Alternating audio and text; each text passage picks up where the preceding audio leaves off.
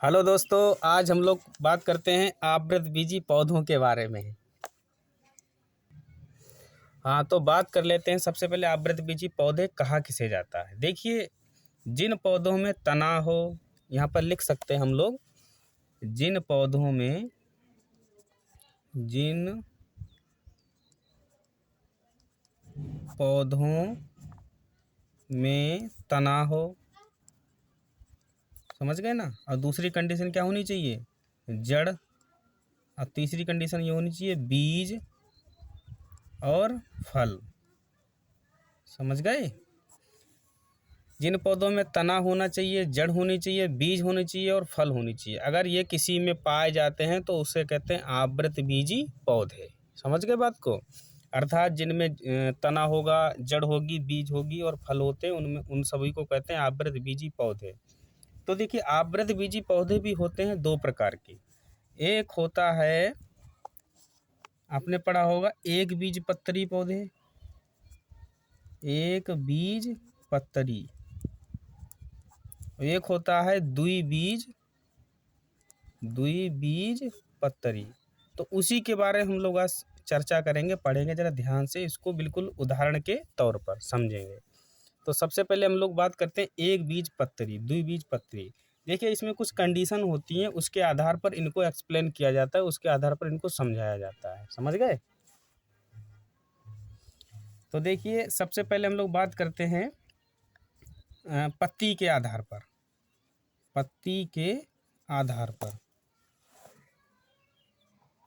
पत्ती के आधार पर, ठीक है ना। उसके बाद आता है इसमें तने के आधार पर। तने के आधार पर। उसके बाद जड़ के आधार पर।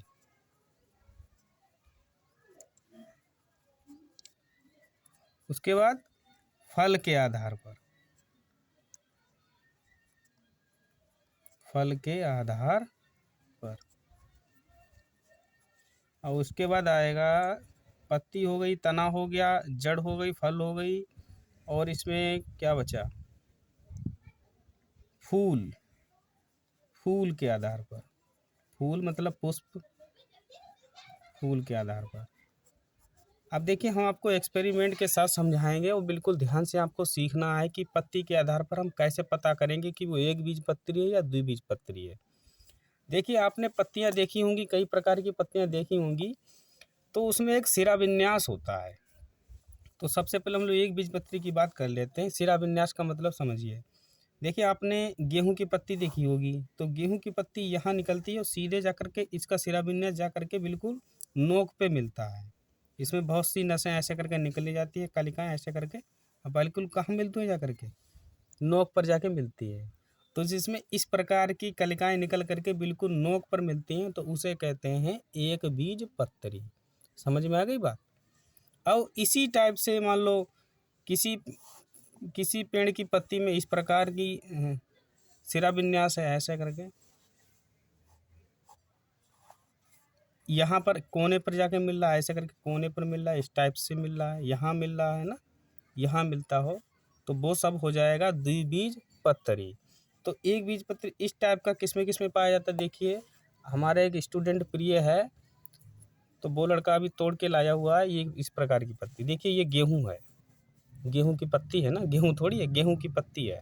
तो इसका जो सिरा विन्यास है, आप देख रहे होंगे, बिल्कुल जाकर के नोक पर मिला है। देखो, ये पत्ती है, इसका सिरा विन्यास देखो, इसमें बहुत सी बारीक बारीक जड़ें हैं। ओ, नसें हैं ना, ये नसें जा कर के कहाँ जा रही हैं, बिल्कुल जा रही हैं यहाँ इसके नोक पर जा कर के मिल रही हैं। तो बिल्कुल इसकी लास्ट वाले छोर पर जाके मिलती हैं, तो उसे कहते हैं एक बीज पत्री। और इसी टाइप का एक पत्ता और तोड़ के लाए हुए हैं, ये है सहतूत का। तो देखिए, सहतूत में जड़ नसें देखिए आप लोग, ये नसें देखिए, ये नस गई है इधर की ओर, ये गई है इधर की ओर, ये वाली इधर की ओर, ये वाली इधर की ओर। तो ये सीधी थोड़ी ना गई हैं, जानी कैसी चाहिए थी, सीधी एक बीज पत्री के अनुसार, लेकिन ये गई हैं कैसी, तिरछी। अब जिसमें तिरछी जली जाती हैं, ऐसी तिरछी जिसका सिरा विन्यास तिरछा होता है, तो उसी को कहते हैं द्विबीज पत्री। तो अब बताइए, ये सहतूत कैसा हुआ, द्विबीज पत्री। और हमारा ये गेहूं है, गेहूं की पत्ती ये कैसी हुई, इसका सिरा विन्यास बिल्कुल कैसा है, इसकी नसें जाकर के कहाँ मिली, जाकर के छोर पर सीधी है ना, इसका सिरा विन्यास बिल्कुल सीधा है। तो जिसका सिरा विन्यास बिल्कुल सीधा होता है उसे कहते हैं एक बीज पत्री, और जिसका सिरा विन्यास तिरछा होता है उसे कहते हैं द्विबीज पत्री। तो आपने पाकड़ देखी होगी, उसका किसका कैसा सिरा विन्यास है, पत्ता तोड़ के देखना फिर मुझे बताना कमेंट में। एक हमारे पास पौधा है जिसे कहते हैं सदाबहार, ये देखिए इसका सिरा विन्यास देखते हैं। तो इसका सिरा विन्यास देखिए भाई तिरछा है, ये देखिए तिरछा है ना, यहाँ से देखिए ध्यान से, इसका सिरा विन्यास कैसा है, तिरछा है। तो जिसका सिरा विन्यास तिरछा है वो कैसा है, द्विबीजपत्री, जिसका सिरा विन्यास सीधा है वो कैसा है, एक बीजपत्री। तो देखिए पत्ती के आधार पर एक बीजपत्री की बात करते हैं, एक बीज पत्री। तो इसमें सिरा विन्यास कैसा होगा, सीधा होगा। यहाँ पर लिखेंगे हम लोग सिरा विन्यास सीधा, समझ गए ना, सिरा विन्यास सीधा सीधा होगा। इसका सिरा विन्यास कैसा होगा, तिरछा, सिरा विन्यास तिरछा होगा, याद रखना है आप लोगों को, तिरछा होगा। ऐसे करके छाप बना लो, कोई दिक्कत नहीं। इसमें उदाहरण के तौर पर क्या क्या लिखेंगे, जिसका सिरा विन्यास सीधा है, याद करो भाई, पहली बात तो गेहूं हो जाएगा, ठीक है ना, धान हो जाएगा, गन्ना देखा है, गन्ना गन्ना हो जाएगा, ठीक है, और बाजरा हो जाएगा। और बताइए आप लोग, चलो जो भी है याद करना, जिसका सिरा विन्यास सीधा है वो एक बीजपत्री है, और जिसका सिरा विन्यास तिरछा है वो कैसा हो जाएगा, द्विबीजपत्री। तो इसमें उदाहरण में कौन कौन आ जाएगा, याद करो, पाकड़ हो जाएगी, ठीक है ना, आम हो जाएगा, और सदाबहार हो जाएगा, सदाबहार, ठीक है ना, ये सब द्विबीजपत्री, इनका सिरा विन्यास तिरछा है। सहतूत, ये सहतूत तो मैंने आप लोगों को दिखाया, आपने बताया नहीं, देखो इसका सिरा विन्यास कैसा है, तिरछा ही तो है, ये देखो दूर से दिखाई दे रहा है, तो इसमें सहतूत हो जाएगा। चलिए अब आगे बढ़ते हैं।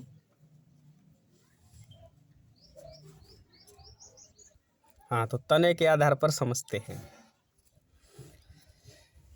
तो देखिए तना जो है ना, तने के आधार पर की कहानी ये है कि जिसका तना जो है अंदर से खोखला है, तने के आधार पर जिसका तना खोखला है, खोखला तना, खोखला तना। दूसरी बात है कमजोर, कमजोर तना। जिसका तना खोखला, जिसका तना कमजोर है वो सब होते हैं एक बीजपत्री, समझ गए। देखिए अभी एक स्टूडेंट लेके आया हुआ है, ये तना है एक, देखिए अब ये काहे का तना आप देख करके ही बता सकते हैं, ये गांठ हुई है यहाँ पर, तो ये तना अंदर से कैसा है, खोखला है। देखते हैं खोखला है कि नहीं है, देखो ये खोखला है, ये खोखला तो है ही, अब कमज़ोर भी है ना, आराम से तोड़ रहा है ना, ये टूट जा रहा है, कमज़ोर है, तो ये खोखला तना है। ये देखो तना खोखला है। तो जिसका तना खोखला है वो सब कैसे हो जाएंगे, एक बीजपत्री। तो ये गेहूं का है तो गेहूं कैसा हो जाएगा, तने के आधार पर एक बीजपत्री, समझ गए। उसके बाद धान भी एक बीजपत्री हो जाएगा। तो यहाँ पर हम लोग फिर से यही बात लिख सकते हैं, और इस पे तने के आधार पर क्या लिखेंगे, मजबूत तना, मजबूत तना। मजबूत तना किसका किसका होता है, आम का होता है और पाकड़ का होता है और सहतूत का होता है। आपने देखा होगा तना बहुत मजबूत होता है ना, भत्तल होगा एकदम भरा हुआ अंदर से। चलिए भाई अब आगे बढ़ते हैं जड़ के आधार पर। तीसरा नंबर है जड़ के आधार पर, जड़ के आधार पर। तो जड़ आपने देखी होगी, किसी किसी में बहुत सारी जड़ें होती हैं, रेशेदार जड़ें होती हैं, और किसी किसी में एक जड़ होती है मूल रूप से, तो उसे कहते हैं मूसला जड़। तो देखिए जिसमें रेशेदार जड़ें हैं, रेशेदार जड़ें, वो सब कैसे हो जाएंगे, एक बीजपत्री, ठीक है ना। और जिसमें मूसला जड़ है, मूसला जड़, मूल जड़ है, तो वो सब कैसे हो जाएंगे? द्विबीजपत्री।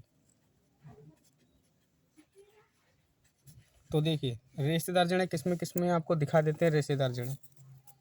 देखिए हमारे पास ये गेहूं है, इसमें हजारों प्रकार की जड़ें पाई जाती है, महीन महीन, बिल्कुल महीन महीन, तो उसे कहते हैं रेशेदार। मतलब बिल्कुल रोए के समान बहुत सी जड़ें हैं, देखिए इसमें बहुत सी जड़ें हैं ना, तो उसे कहते हैं रेशेदार जड़ें।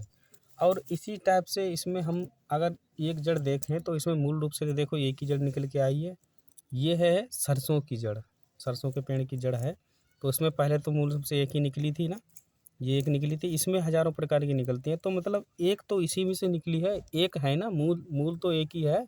तो जिसमें गाजर मूली तो एक ही होती है, उसमें बहुत सी निकलती हैं। लेकिन रेशेदार में जो जड़ है उसी से बहुत सी जड़ें निकलेंगी, मूल रूप से वही निकलती है। तो इसमें इसमें रेशेदार जड़ें किसमें किसमें होती हैं भाई? गेहूं में होती हैं, और धान में होती हैं, और किस में होती हैं?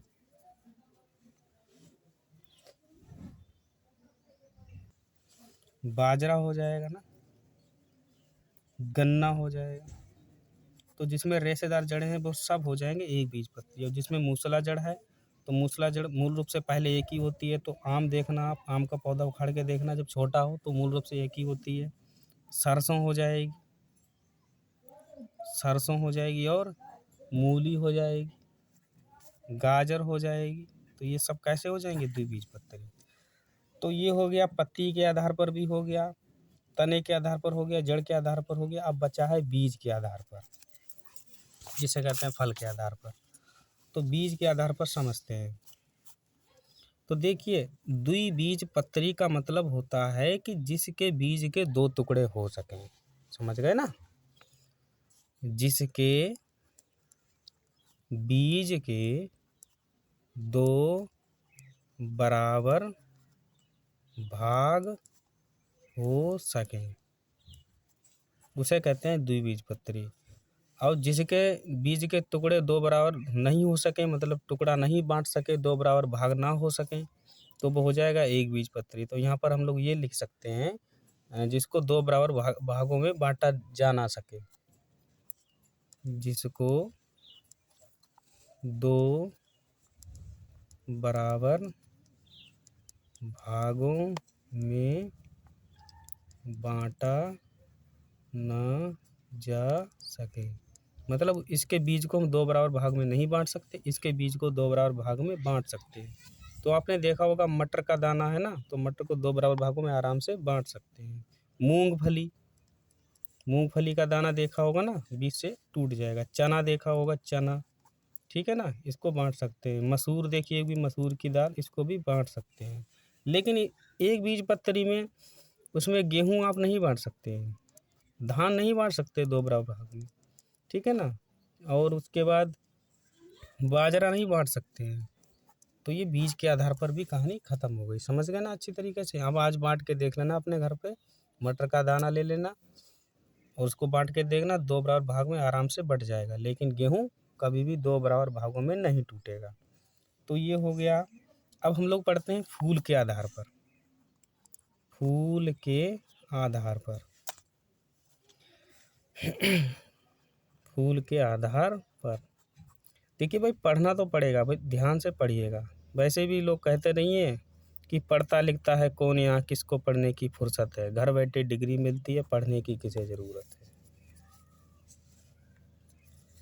तो देखिए फूल के आधार पर, मेरे पास एक फूल, ये सदाबहार का पौधा है, इसमें एक फूल है। ये देखिए, इन्हें कहते हैं दलपुंज। इनके दलपुंज गिनते हैं कितने, 1 2 3 4 5। जिसमें जिस फूल में 4 या 5 दलपुंज है, उससे ज़्यादा भी दलपुंज है, तो उसे कहते हैं द्विबीजपत्री। समझ में आई बात? तो इसके दलपुंज कितने हैं? 5 है, तो ये कैसा होगा? द्विबीजपत्री। समझ गए? और गुलाब में चक्र के आधार पर उसको ज्ञात किया जाता है, तो उसमें चक्र होते हैं 5, तो वो कैसा हो जाएगा? द्विबीजपत्री। कमल का पुष्प देखा होगा आपने, तो कमल में भी 4-5 चक्र होते हैं, तो वो भी हो जाएगा द्विबीजपत्री। समझ गए? तो इसको किसके आधार पर देखा जाता है? सिर्फ इसके दलपुंज के आधार पर, फूल के बारे में बात कही जाएगी तो दलपुंज के आधार पर इसको पता लगा सकते हैं। तो जिसमें 4 या 5 दलपुंज है वो कैसा हो जाएगा, द्विबीजपत्री।